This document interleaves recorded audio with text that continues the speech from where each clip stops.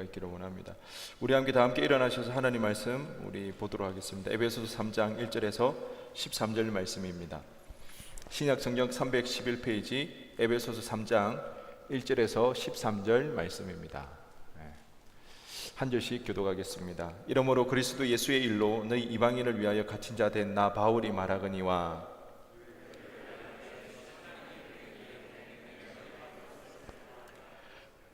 곧 계시로 내게 비밀을 알게 하신 것은 내가 먼저 간단히 기록함과 같으니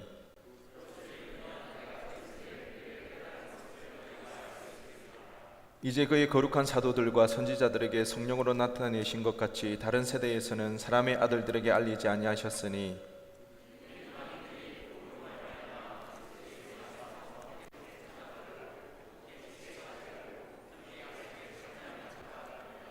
이 복음을 위하여 그의 능력이 역사하시는 대로 내게 주신 하나님의 은혜의 선물을 따라 내가 일꾼이 되었노라.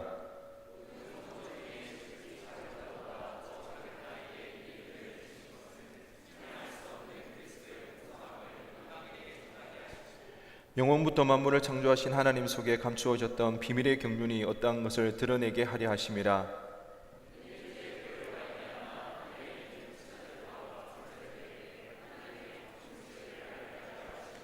곧 영원부터 우리 주 그리스도 예수 안에서 예정하신 뜻대로 하신 것이라.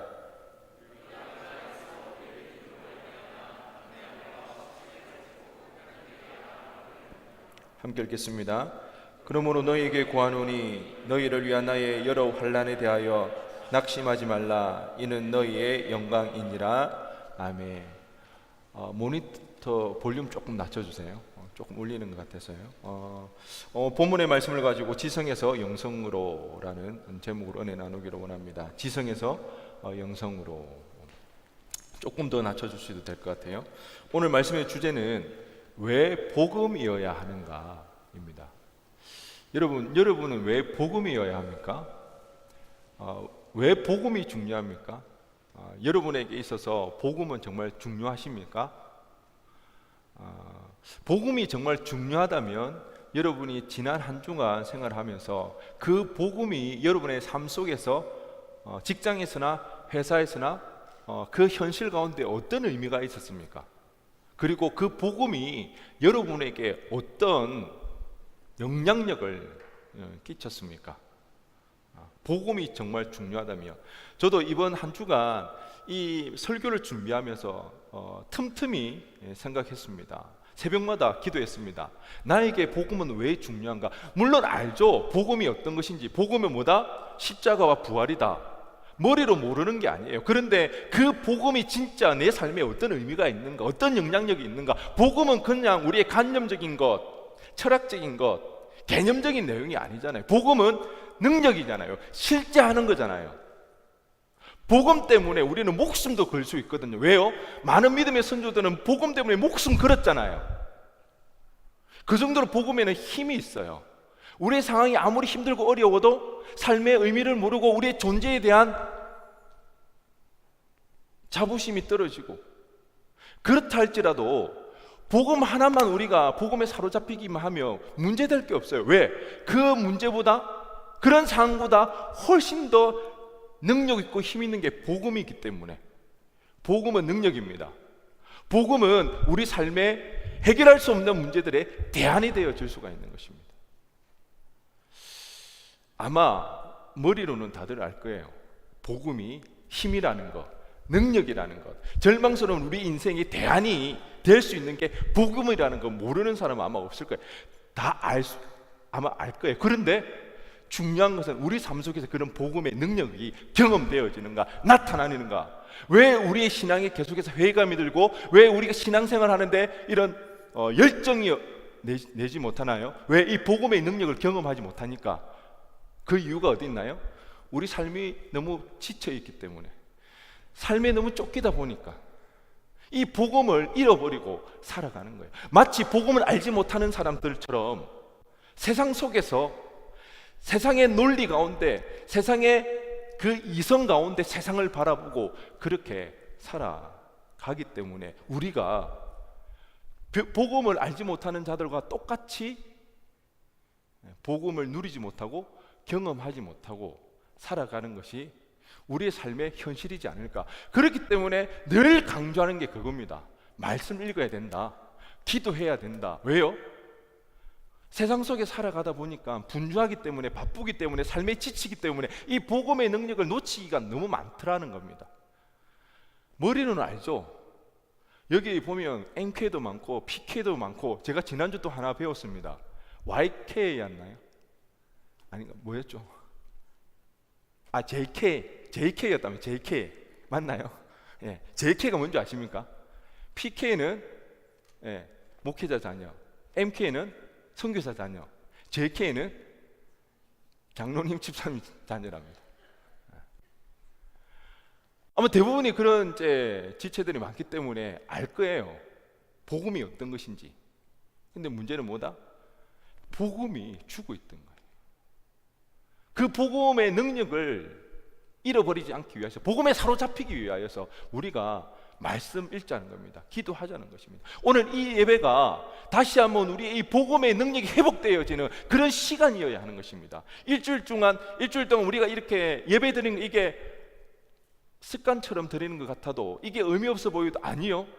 이 한 주간의 예배가 없다면 그나마 우리가 영적으로 호흡하고 있는 우리의 영혼이 정말 더 이상 하나님을 느끼지 못하는 그런 존재가 되기가 쉽다는 거예요. 그래서 이 예배, 어떻게 보면 영적 전쟁입니다. 한 주간 동안 하나님을 잃어버리고 세상의 논리 가운데 우리가 살아갔던 우리의 세상적인 사고의 틀, 생각들을 다시 한번 회복하는 것. 하나님의 나라는 실제하는 실체가 있거든요. 우리는 그것을 바라볼 수 있어야 되는 거거든요. 거기에 사로잡히면 복음의 능력 가운데 우리는 살아갈 수가 있습니다. 복음을 누릴 수가 있는 거예요. 사도 바울이 오늘 본문에서 바로 이 복음의 능력에 대해서 우리에게 이야기해 주고 있는데요. 그러면서 그리스도의 비밀에 대한 이야기를 합니다. 그리스도의 비밀. 여기서 비밀이라는 것은 헬라어로 미스테리온입니다. 미스테리온. 그렇기 때문에 우리가 알고 있는 그 미스테리가, 영어 미스테리가 여기에서 나왔습니다. 헬라어 미스테리온. 그런데 이 미스테리온이라는 것은 우리가 알다시피 비밀, 알지 못하게 꽁꽁 감추어주고 숨겨두었다는 그런 미스테리온이 아닙니다. 그런 비밀이 아닙니다. 이미 다 드러나 있어요. 모든 사람이 볼 수가 있어요. 그렇지만 그것을 본다 할지라도 그게 의미를 알지 못한다는 거죠. 어떤 비밀인가? 하나님께서 태초부터 이 구원의 사건을 예비해 두셨다는 것입니다. 근데 그 사건이 이제 예수님의 십자가와 부활 사건으로 드러났는데, 이 일은 어느 날 갑자기 되어진 게 아니라 아담이 범죄한 그 이후로부터, 아니 어떻게 보면 하나님이 이 세상 태초에 창조하기 이전부터 벌써 계획해 두셨는지도 모릅니다. 그런 계획 가운데 흘러와서 이제는 드러나게 되었습니다. 그렇지만 하나님이 알려주셔야만 알게 되는 비밀, 인간의 지혜와 인간의 이성으로는 깨달을 수 없는, 그러기에 계시로만이 하나님이 알려주셔야만이 알 수 있는 비밀, 그것이 미스테리온입니다. 그리스도의 비밀, 복음, 예수 그리스도의 십자가 사건과 부활 사건이라는 것입니다. 사도 바울이 오늘 에베소 교인들에게 그리스도의 비밀, 복음을 왜 그리스도의 비밀이라고 했나? 이방인들에게 이 복음을 전하는 것이 우연히 되어진 것이 아니라는 거죠. 이방인의 입장에서 봤을 땐 자기는 섭섭할 수가 있잖아요. 왜 유대인들만 지금까지 하나님이 선택해 주신데 이제 와서 우리에게 복음이 전해지니까? 아니다. 하나님은 태초부터 이방인들에게 복음을 전하기까지 미리 다 어떻게 했다? 계획해 두었다. 그것이 그리스도의 복음 비밀, 복음으로 이제 드러났을 뿐이다. 이제야 우리가 그 사실을 깨달았던 것이다. 그러니까 너희들 이방인 에베소 교인들 섭섭해하지 말라는 것입니다. 이제 우리 가운데 그 사실이 깨달아졌을 뿐이라는 거예요. 모든 것이 철저하게 하나님의 뭐 안에? 계획 가운데 들어 있었다는 그런 뜻입니다. 사도 바울 또한 오늘 이 그리스도의 비밀을 알 수 있지 못했습니다. 예수님이 죽었다는, 그리고 부활했다는 그 이야기를 듣고 많은 사람이 그 예수를 따르는 그 무리들이 있는 것을 알았습니다. 그 사실을 알았죠. 그렇지만 믿지는 않았습니다. 그래서 사도 바울은 누구보다도 예수 믿는 무리들을 잡으러 다니는 데에 열심을 내었던 사람이 바로 사도 바울입니다. 그렇지만 그가 하나님의 계시를 받았습니다. 언제인가요? 다메섹 도상입니다. 다메섹 도상에서 예수를 믿는 무리들을 잡으러 가는 그때에 예수님께서 사도 바울에게 나타나서 알려주신 거죠. 그 이후에 사도 바울이 예수 그리스도의 일꾼이 되어졌던 것입니다. 복음이 전파되어지게 되었던 것이죠. 복음이 우리 가운데 일어났고 복음이 전파되어졌을 때에 예수 그리스도의 십자가와 그 부활 사건으로 인해서 우리에게 발생되어진 일은 무엇인가? 오늘 본문 6절입니다. 6절 말씀에 이는 이방인들이 복음으로 말미암아 그리스도 예수 안에서 함께 상속자가 되고 함께 지체가 되고 함께 약속에 참여하는 자가 됨이라. 이방인에게 막혀있던 그 구원의 길이 이제 열려지게 되었던 것이죠. 이제 드디어 그 복음, 십자가의 능력으로 인해서 이방인들에게까지 복음이 전파되어지게 되었다는 것. 그래서 함께 지체가 되고 함께 약속에 참여하는 자가 되었습니다. 결국 하나님께서는 태초부터 계획하셨던 이 계획들을 예수 그리스도 안에서 이루어내시고 승리하셨습니다. 누구로부터? 타락했던 인간들을 사로잡아서 하나님 앞에 하나님을 반역하게 하고 인간들 사이에서 반목을 일으켰던 통치자와 권세자들, 사단의 권세로부터 하나님은 십자가로 인해서 승리하시고 영광 받으셨다는 것입니다. 사도 바울이 이 사실을 깨닫고 감격하며 그는 이방인의 사도로서 이 복음을 전파하기 위하여서 복음에 사로잡혀서 옥에 갇혀있다 할지라도 그 일을 두려워하지 아니하고 그 일에 낙심하지 아니하고 이 놀라운 복음에 사로잡혀 사도 바울은 자신의 가지고 있는 모든 세상적인 자랑할 것들을 배설물로 여깁니다. 집안 배경이라든지 학식이라든지 스펙, 배설물로 여기고 오로지 복음만을 전하는 그 일에 헌신하며 나아가는 것입니다. 누구보다도 사도 바울은 이 복음의 능력을 알았고 사로잡혔던 자입니다. 그런데 사실 오늘 그 복음에 사로잡혔던 사도 바울이 오늘 에베소 교인들에게 이 복음에 대해서 전하고 있습니다. 오늘 1절 말씀을 보면 가만히 보면 1절 말씀을 이렇게 기록하고 그 다음부터 사실 그 내용을 보면 14절부터 나오는 그 기도의 내용이 나와야 되는데 가만히 보니까 2절부터 13절까지 삽입된 내용이 들어가 있습니다. 왜 그렇게 우리는 생각해 볼 수 있는가? 1절 말씀과 14절 말씀의 단어 배열이 사실은 똑같습니다. 1절 말씀을 보면 1절 말씀을 직역하면 이렇습니다. 이런 이유로 나 바울, 1절이 이렇게 시작하거든요.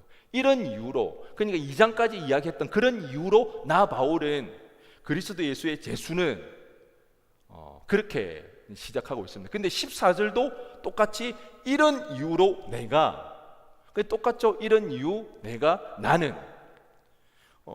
이제 이런 단어 배열의 순서가 똑같기 때문에 우리가 알 수 있는 것은 원래 사도 바울이 3장 1절에서부터 1절을 기록하고 그 다음부터 2절부터는 기도의 내용, 근데 갑자기 2절부터 13절의 내용이 삽입되어져 있다는 걸, 추가되어졌다는 것을 우리가 알 수가 있다는 거예요. 그러면 왜 사도 바울은 자신이 에베소 교인들을 위해서 기도하는 기도의 내용을 적으려고 하다가 갑자기 2절에서 13절의 내용을 추가했는가? 그것은 다름 아닌 지금 사도 바울은 복음의 능력에 대해서 이야기한다는 것입니다. 하나님께서 예수 그리스도의 십자가 사건과 부활을 통하여서 통치자와 권세자들을 이기시고 온 우주의 왕으로 등극하셨다는 승리자 예수 그리스도 복음의 능력에 대해서 지금 전해주고 있다는 거예요. 그 내용들이 1장에서부터 2장까지 지금 사도 바울이 기록하고 있잖아요. 하나님을 반역하게 만들었던 통치자와 권세자들, 그리고 인간 가운데 반목을 계속해 끊임없이 일으키는, 그렇지만 예수 그리스도 십자가 사건으로 그들을 구원해내셨다는.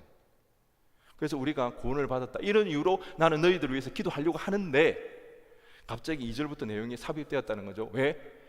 예수 그리스도의 십자가의 능력, 복음의 능력을 이야기하는데 지금 사도 바울은 어디에 갇혀 있나요? 지금 사도 바울은 어디에서 이 편지를 쓰고 있나요? 자신의 집? 아니면 휴가 가서? 우리 에베소서 옥중서신이라고 그러죠. 에베소서, 빌립보서, 골로새서, 옥중서신, 감옥에 사로잡혀 있을 때 썼던 편지입니다. 그래서 생각해 보세요. 복음의 능력이 있다고, 자신이 믿는 예수님이 온 우주의 승리자라고, 진정한 왕이라고 이야기하고 그 왕의 일꾼이에요. 그런데 그 일꾼이 그 일을 하다가 지금 어디에 갇혀 있는 거예요? 옥에 갇혀 있다는 거. 이게 말이 됩니까? 이해가 되나요? 그럼 도대체 그 복음의 능력이란 무엇인가요? 도대체 예수님의 승리는 무엇이기에 그의 신실한 종이 옥에 갇힐 수밖에 없을까? 특별히 당시 1세기 로마 시대에는요, 지금보다 훨씬 더 명예가 중요했던 때입니다. 그럴 수 있는 것이 명예였습니다. 그러면 지금 옥에 갇혔다는 것은 사도 바울의 명예는 땅에 곤두박질 친 거예요. 그 신뢰가 다 잃어버린 거예요. 더 이상 그 사도 바울의 말을 신뢰할 수 없는 그런 상황이라는 것입니다. 그렇기 때문에 에베소 교인들에게 복음의 능력, 예수 그리스도의 승리에 대해서 이야기하면서 자신의 상황에 대해서 설명해 줄 필요가 오신다고 했을 때, 강사 소개를 할 때에 어느 교회에서 심부를 하였다가 지난 3년간 청송교도에서 복역하시다가 이러면 어때요? 쎄하지 않아요? 그러니까 우리가 지금 느끼는 것보다 훨씬 더 심각하게 이상하게 느꼈던 것이 당시 문화였다는 거죠. 그런데 사도 바울이 그 옥에 갇혀 있는 거예요. 그러다 보니까 자기 변호를 해야 된다는 거죠. 그러면서 사도 바울이 얘기하는 거예요. 걱정하지 마라, 염려하지 말라는 것입니다. 복음의 능력이 무엇인가? 십자가와 부활이다. 사도 바울은 누구보다도 잘 알았어요. 십자가 사건을 통해서 하나님이 영광 받으시는 것. 세상이 바라볼 때는 그것은 철저한 실패입니다. 그렇죠? 십자가의 죽음은 부인할 수 없는 처절한 실패입니다. 그렇지만 그 실패 가운데 하나님이 오로지 영광 받으셨다는 것입니다. 사도 바울은 이 원리를, 이 비밀을 알았기에 그는 옥에 갇혔다 할지라도, 그의 명예가 땅에 떨어진다 할지라도 그는 두려워하지 않았습니다. 무서워하지 않았습니다. 왜? 자기가 철저하게 낮아져야 되기 때문에, 자기는 철저하게 실패할 때에, 그때에 하나님의 영광이 드러나기 때문에, 그것이 십자가의 능력이기 때문에, 자기의 이름이나 자기의 능력이나 자기의 열심이 아니라 오로지 하나님의 영광만이 드러나야 된다는 것을 사도 바울은 알았기에, 오히려 사도 바울은 지금 에베소 교인들에게 안심하라고 그들을 다독교를 주고 있다는 것입니다. 오늘 보면 13절 말씀을 보니까, 그러므로 너희에게 구하노니 너희를 위한 나의 여러 환난에 대하여 뭐라고요? 낙심하지 말라. 혹시 이걸로 인해 실족할까 봐, 복음의 능력이라 그랬는데 옥에 갇혀 있는 그것으로 인해서 실망할까 봐 실족하지 말라는 것입니다. 왜? 예수 그리스도의 십자가에 달려 돌아가셨을 때 하나님의 영광이 나타나고 온 인류의 구원의 역사가 일어났던 것처럼, 자신의 옥에 갇히고 자신 철저히 실패하는 것처럼 보이지만 이 일을 통해서 누가 영광 받으신다? 하나님이 영광 받으신다. 여러분, 내가 옥에 가는 일로 인해서 하나님이 영광 받으신다고 했을 때 그 일에 순종할 수 있겠습니까? 내가 옥에 가서 3년 옥살이 하면 수많은 사람이 구원을 받는다 그랬을 때 그 일에 자원할 수 있겠습니까? 그러나 한번 가자.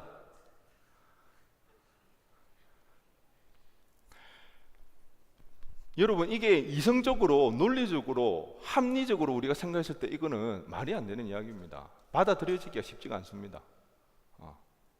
왜 내가 꼭 그렇게 실패함으로써만 하나님이 영광 받으시는가? 우리 다들 그것 때문에 고민이잖아. 안 그래? 우리 다 믿음 있잖아요. 그런데 좀 더 하나님 앞에 열심으로 하려고 하다가도 멈칫하는 게 뭐예요? 고난 당할 것 같으니까. 솔직히 요한아, 사랑하는 아들 요한아, 어때?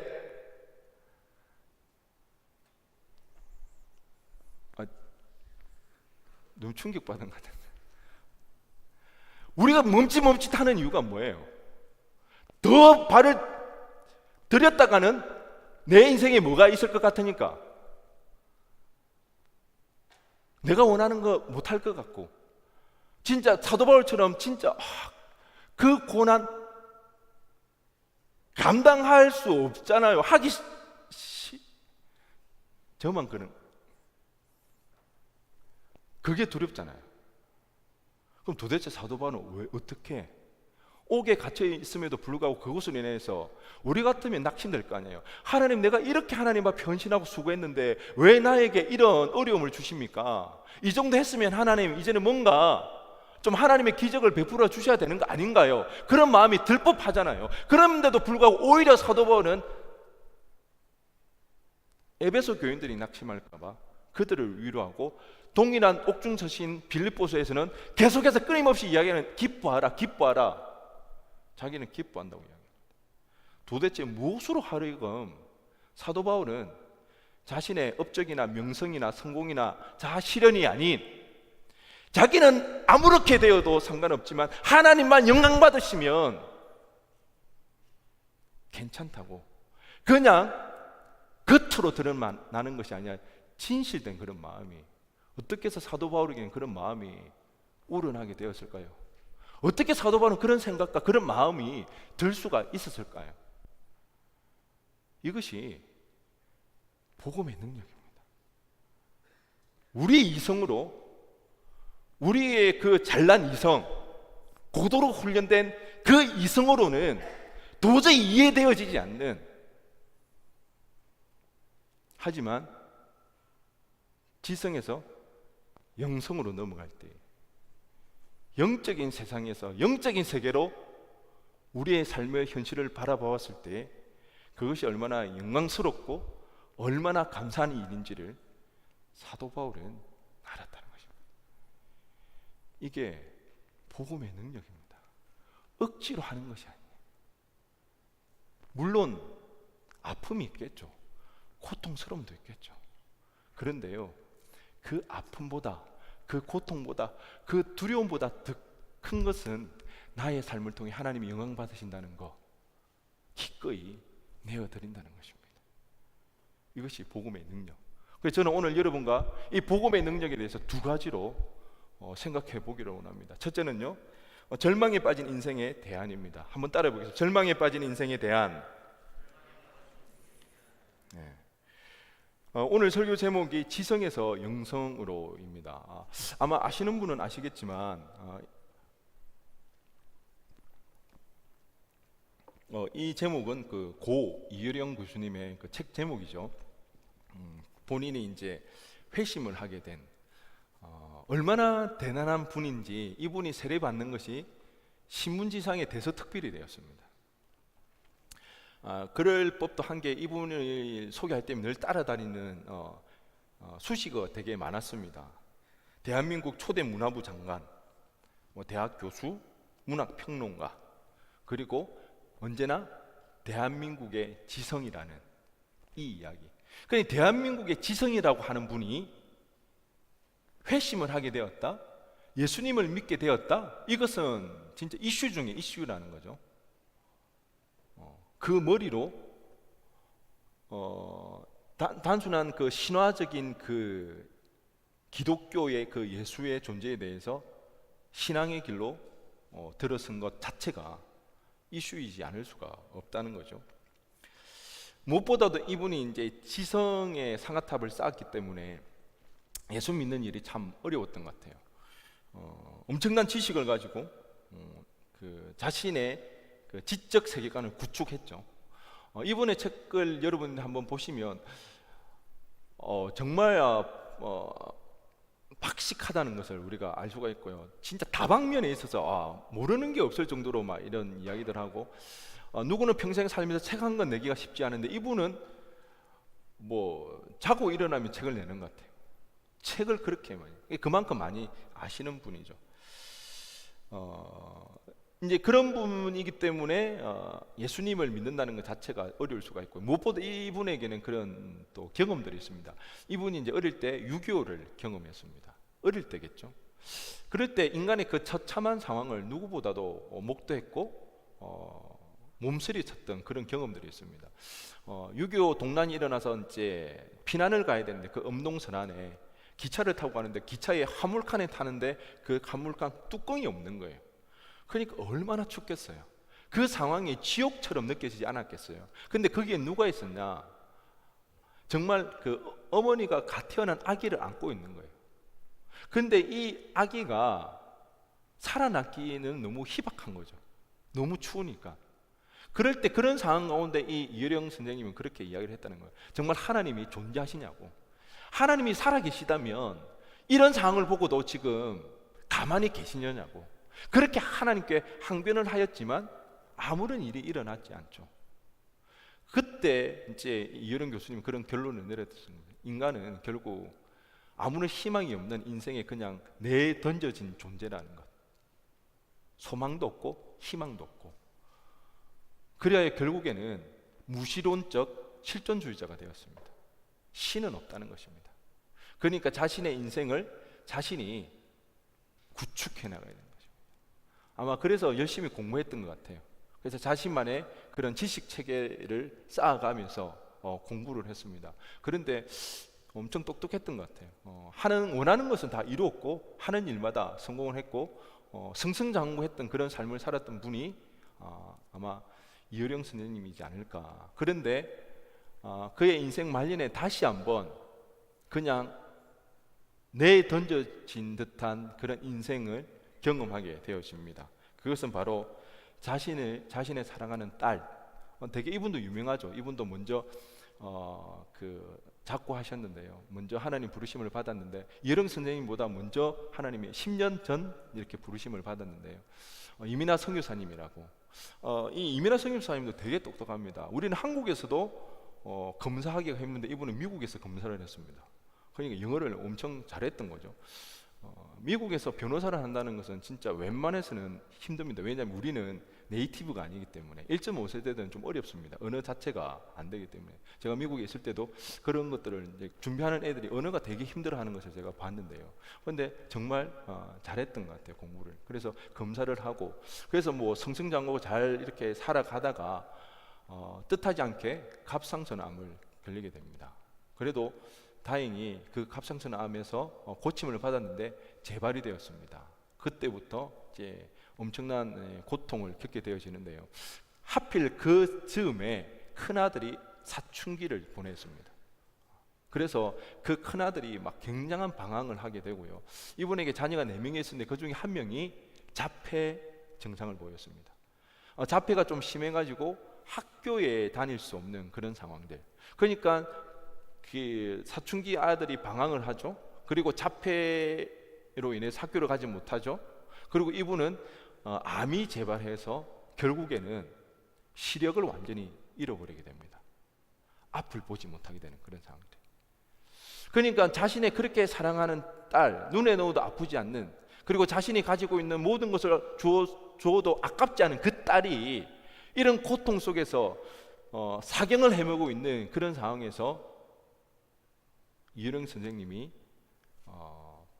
절망의 벽에 부딪힌 것입니다. 그때를 기록해 놓은 그 내용이 있는데요. 이렇습니다. 암에 걸렸던 너의 아픔으로, 시력을 잃어가던 너의 어둠으로 나를 영생의 세계로 이끌어 주었다. 내가 애통하고 서러워할 때 내 머릿속의 지식은 검불에 지나지 않았고 내 손에 쥔 지폐는 가랑이보다 못하다는 걸 알았다. 70평생 살아온 내 삶이 잿불과도 같은 것이라는 것을 가르쳐 준 것이다. 지성에서 영성으로 너의 기도가 높은 문지방을 넘게 했다. 인생의 절망 앞에서 대한민국의 지성이라는 선생님의 그 지식은 아무짝에도 소용이 없더라는 것입니다.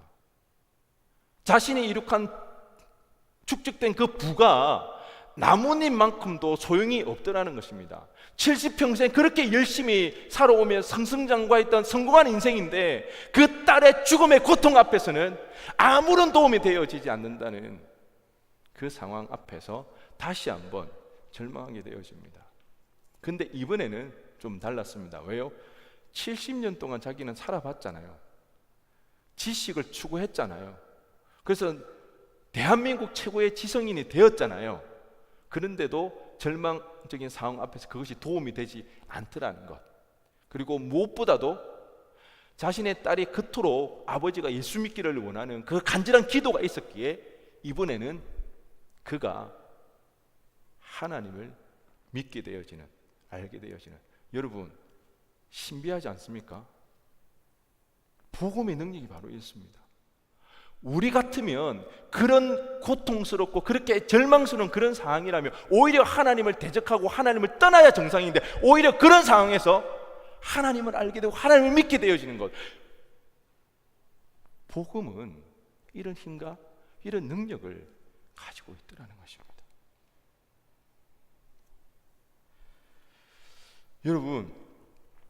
여러분의 인생 앞에 고통이 있습니까? 해결되어지지 않는 문제가 있습니까? 그래도 여러분은 누구를 찾고 있습니까? 무엇을 구하고 있나요?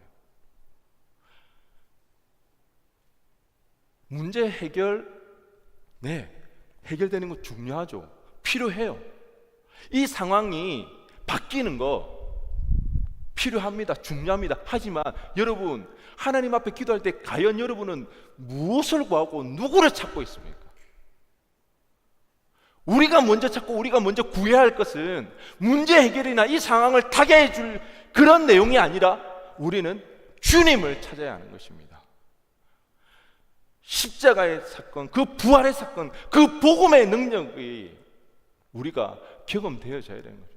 우리의 신앙은 그런 겁니다. 여러분, 믿음에 대해서, 신앙에 대해서 오해하면 안 됩니다. 착각하면 안 됩니다. 예수님의 승리하셨기 때문에, 예수님에게 모든 권세와 능력이 있기 때문에 우리의 모든 문제를 해결해 주신다. 아니, 그게 복음의 능력이 아니라는 겁니다. 우리 삶 가운데 늘 고통이 따를 수밖에 없습니다. 어려움이 있을 수 있어요. 그럴 때마다 기도하는데 우리의 기도가 다 응답되어지나요? 해결되어지잖아요? 아니요. 그러니까 우리는 계속해서 패배주의에 젖어드는 거예요. 왜? 기도하는데도 해결되어지지 않으니까. 그런데 복음의 능력은 그게 아니라는 것입니다. 설령 내가 원하는 일들이 내 삶에 이루어지지 않는다 할지라도, 고통스러운 삶의 나날이 계속되어진다 할지라도, 우리가 주님을 찾을 때, 그 복음의 능력이 우리를 사로잡을 때에 우리는 그 상황 가운데서도 얼마든지 안정감을 누릴 수가 있다는 것입니다. 이게 복음의 능력이라는 것입니다. 이게 우리는 주님을 찾아야 합니다. 여러분, 혹 여러분의 삶에 어려움이 있을 것입니다. 아픔이 있을 것입니다. 계속해서 기도하지만 해결되어지지 않는 문제. 그렇지만 예수님 때문에 우리는 만족할 수가 있다는 거예요. 예수님 때문에 그것을 이겨낼 수가 있다는 것이에요. 예수님 때문에 삶의 의미를 찾고 우리는 열정적으로 살아갈 수가 있다는 것이에요. 여러분, 우리가 수련을 준비할 때마다 늘 기도하는 기도 제목이 뭔가요? 대표적인 게 그거잖아요. 좋은 날씨 허락해달라고. 근데 비 오면 어떤 거예요? 하나님이 우리의 수련을 저주하시는 건가요? 복음의 능력은 그런 게 아니라는 거예요. 수련을 진행할 때 비가 오더라도 우리는 뭐 할 수 있다? 은혜 받을 수 있다는 것입니다. 그게 복음의 능력이라는 거예요. 우리의 기도의 내용이 바뀌어야 됩니다. 우리의 믿음의 대상이 바뀌어야 되는 것입니다. 문제에 초점을 맞추는 것이 아니라 주님께 초점을 맞춰야 된다는 것입니다. 우리는 이 복음을 누리면서 살아가야 됩니다. 경험해야 되는 거죠.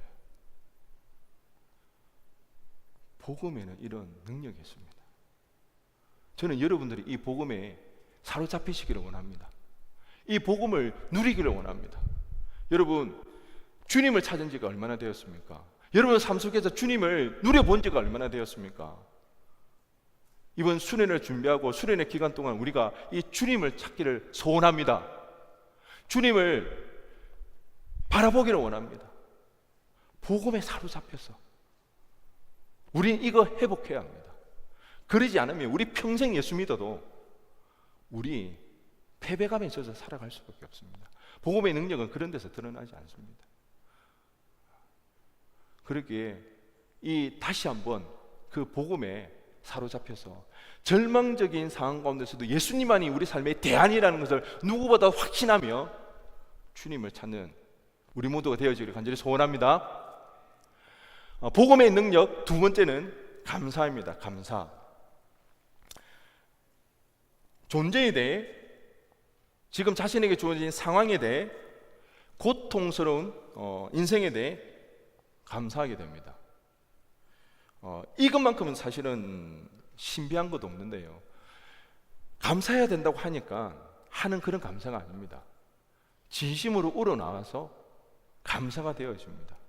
고통스러운 상황 가운데서도. 왜요? 복음보다 더 클 수는 없습니다. 여러분, 진짜 이거는 아셔야 돼요. 진짜 믿어야 돼요. 예수 믿으면서 이거 모르면 진짜 안 돼요. 복음보다 큰 건 없어요, 여러분. 내 인생의 성공, 배우자, 꿈, 아니요. 복음보다 큰 건 없어요. 왜 우리가 그런 고통스러운 상황에서도 감사할 수 있나요? 복음이 더 크니까. 문제보다 더 크니까. 정말 여러분이 이 사실 좀 알았으면 좋겠어요. 그러면 우리 예수 믿는 거 정말 신나거든요. 진짜 능력이 있는 거거든요. 예전에도 한번 소개한 적이 있는데요, 저는 이제 이분을 잘 모를 줄 알았어요. 죄송합니다. 제가 여러분을 좀 많이 수준을 조금 낮게 생각했던 것 같아요. 예전에 제가 한번 언급한 적이 있는데, 조던 피터슨의 12가지 인생의 법칙이라는 책입니다. 아시죠? 안다고 해주세요. 그리고 요즘 이게 이제 이분의 그 영상들이 이렇게 많이 나오더라고요. 여러분, 그 대학생 지성인인데 이거 한번 꼭 보시기 바랍니다. 정말 좋은 책입니다. 지금 보고 있는 지체들도 있고요, 다 본 지체들도 있더라고요. 저도 이 책을 보면서 진짜 감동을 많이 받았습니다. 아, 진짜 탁월하다. 너무 멋있는 것 같아요. 그 전 하버드 대학교 심리학 교수입니다. 하버드 대학교에서도 이미 인기 있는 교수로 유명했습니다. 허무주의에 빠진 이 젊은이 세대들을 향해서 무너지지 말고 의미 있는 삶을 살아라고 그렇게 강연을 하고 메시지를 던졌을 때 많은 사람들이 회복하고 그런 일들이 일어났습니다. 토론토 대학에서도 자기의 인생을 바꾼 교수로서 선정되는 그런 탁월한 교수이기도 하고요. 이 책이 12가지 인생의 법칙이라는 이 책이 전 세계적으로 600만 부가 팔렸다고 합니다. 그 유튜브 조회수 600만이 아니라 책이, 페이퍼 책이, 종이책이 600만 부가 팔렸다고 합니다. 여러분들 많은 사람이 가는 그런 넓은 길은 안 가시죠? 좁은 길만 가시죠. 그리고 미국과 북미와 유럽에서 125개국에서 강연을 했는데, 강연을 할 때마다 매진되었다고 합니다. 이런 폭발적인 인기를 누리는 이 교수님, 조던 피터슨 교수는 지금 세계에서 가장 영향력 있는 지식인 중에 한 명입니다. 누구도 부인할 수 없는 세계적인 지식인이라고 우리는 볼 수가 있거든요.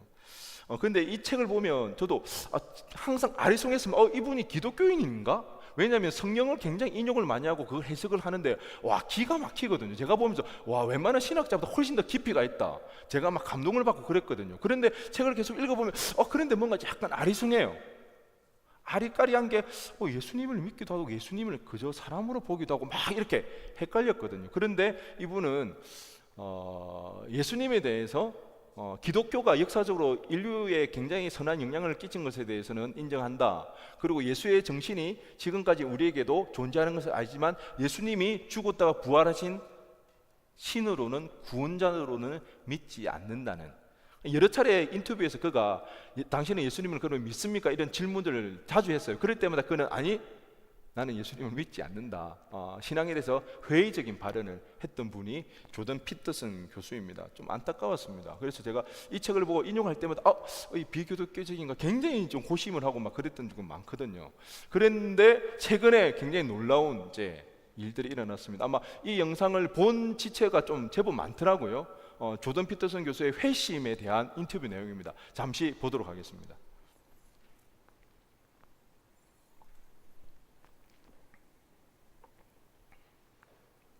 I'm not only am I appreciative of what I have, I do everything I can to remind myself of it all the time, and so does my wife. I mean, she's changed quite a bit as a consequence of her struggle with cancer, has become much more overtly religious, I would say. And, we say grace before our meal in the evening, and it's a very serious enterprise. And it always centers around gratitude, for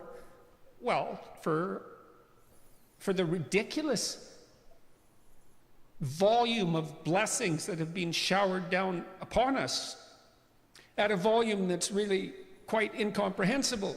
The problem is I probably believe that, but I don't know. I'm amazed at my own belief, and I don't understand it. Because I've seen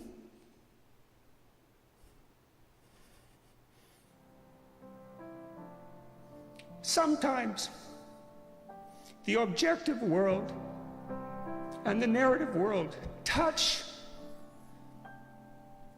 That's Jungian synchronicity. And I've seen that many times in my own life. And so in some sense, I believe it's undeniable, but the narrative and the objective world touch. And the ultimate example of that in principle is supposed to be Christ. But I don't know that seems to me oddly plausible. Yeah. But I still don't know what to make of it. Partly because it's too terrifying a reality to fully believe. I don't even know what would happen to you if you fully believed it. If you believed in the story of Christ, or if you believed that history and let's say the narrative meet, let's both, I think you. 네. 영상에서도 나왔다시피 조던 피터슨의 그 아내가 굉장히 큰 어려움을 당하게 됩니다. 그 아내가 신장암 말기 판정을 받게 됩니다. 그런데 그런 과정 가운데 하나님을 만났습니다. 그런데 본인도 약물 투여를 잘못해서 큰 어려움을 당했습니다. 1년 동안 병원에 입원하게 되어지는데 그때 얼마나 그게 부작용이 심했는지 코마 상태에 빠지게 되고요. 그리고 심각한 폐렴을 겪게 되어집니다. 그래서 1년 동안 병원 신세를 지게 되는데 병원에서 거의 움직이지는 못했던 것 같아요.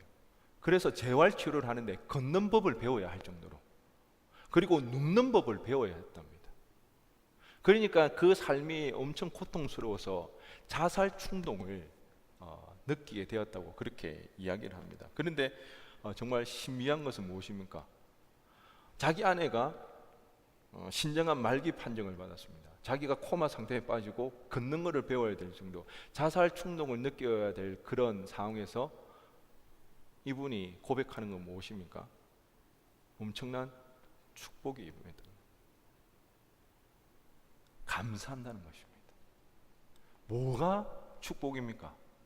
뭐가 감사한 일입니까? 예수 그리스도입니다. 비록 그가 자살 충동에까지 이르는 그 고통을 당했을지라도 그 일을 통해서 복음을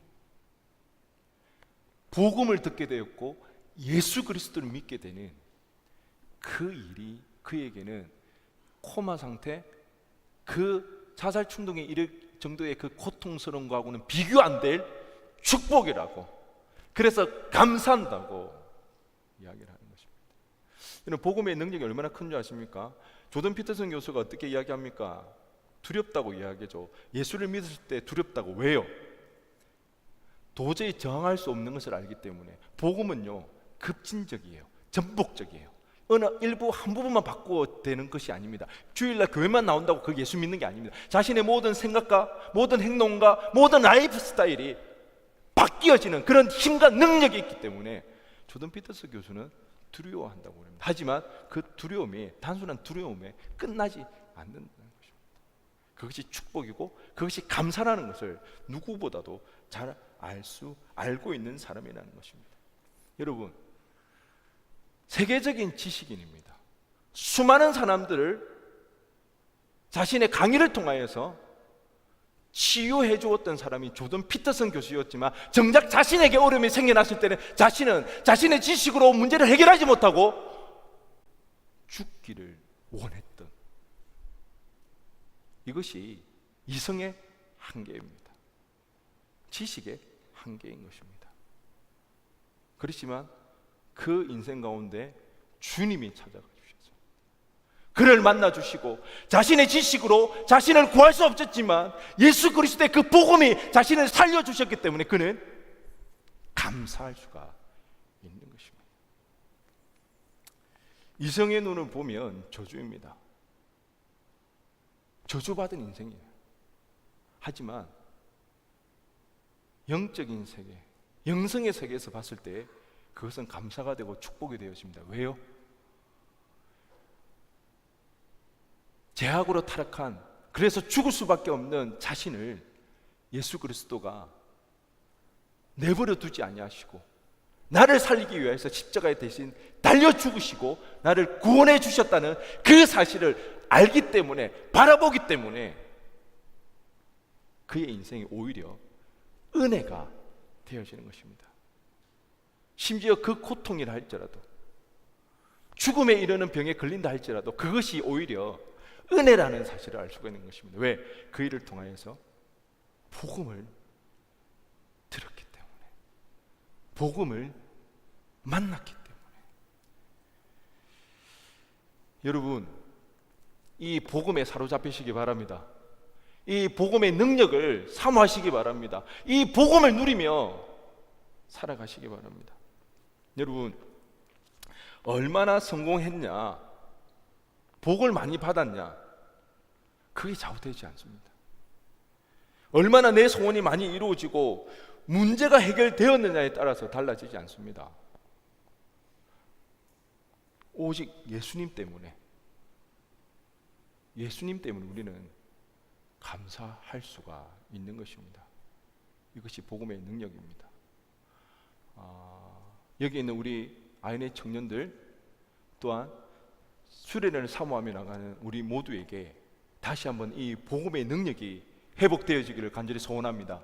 무엇보다 이 여름 시즌 가운데 이 복음의 능력을 회복하며 누리며 살아가는 우리 아이네 청년들 되어지기를 주님의 이름으로 간절히 축원드립니다. 우리 시간 다 함께 일어나셔서